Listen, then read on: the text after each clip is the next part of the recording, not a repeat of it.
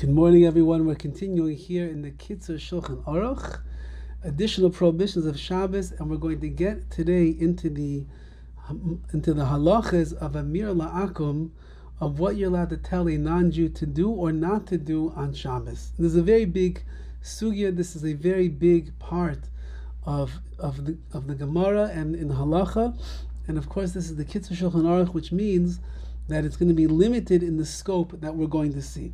So just to know that really, according to biblical law, there's no problem in telling a non-Jew to do anything for you. However, the Rambam writes that the reason Chazal came and said that it's usher is because if we get used to telling a non-Jew to do malachas for us, to do prohibited activities, then the malachas of Shabbos in general will become light in our eyes. And if they become light in our eyes, then we will end up trampling on and transgressing these malachas ourselves. So as a safeguard for ourselves, we have a prohibition, a rabbinical prohibition of telling non-Jews to do things for us. And even if we didn't tell them to do things for us, but they did things on their own, but with us in mind, even there we're going to see that it's going to be us prohibited to get direct benefit from such a thing. So anything that a Jew is forbidden to do on Shabbos, so you're not allowed to tell a non-Jew to do it for you either. The Amirah la'akum hevishvus, because telling a non-Jew to do malacha for you on Shabbos is, as we pointed out previously, it's a rabbinical prohibition, and a person has to avoid such things. Even to hint to the non-Jew to do something that is prohibited, you're not allowed to do on Shabbos. Even to tell him before Shabbos, listen, you should do this particular malacha on Shabbos, even that you're not allowed to do. Gam kein aser, that is going to be prohibited.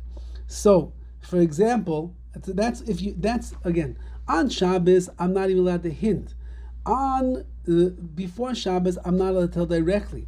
But to hint to a non-Jew before Shabbos a certain thing, that you'll be allowed to. For example, you could go to a non-Jew during the week and you say, why didn't you do such and such a thing for me on Shabbos?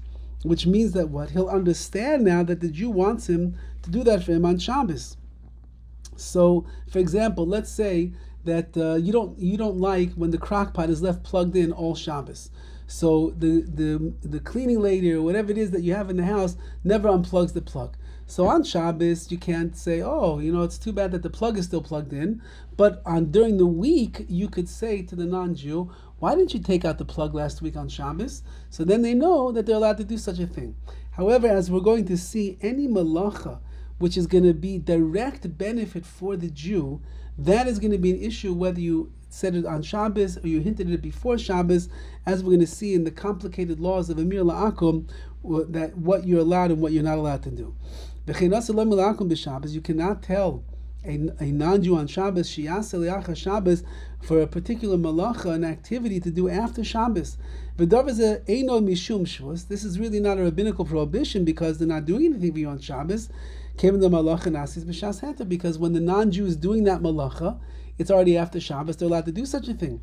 Ella, however, aser mishum mimsa chefzecha, as we pointed out the last few days, that when you are looking for your personal needs on Shabbos, that you're not allowed to do. And since that you are telling this non-Jew right now on Shabbos to do such a thing, even though it's coming after Shabbos, you're pursuing your personal needs, which you cannot do. However, if it's for some kind of a mitzvah that you need to tell them about right now, then it will be permissible for you to tell them about now on Shabbos, so that after Shabbos they'll be ready to go and do that for you. Have a wonderful day.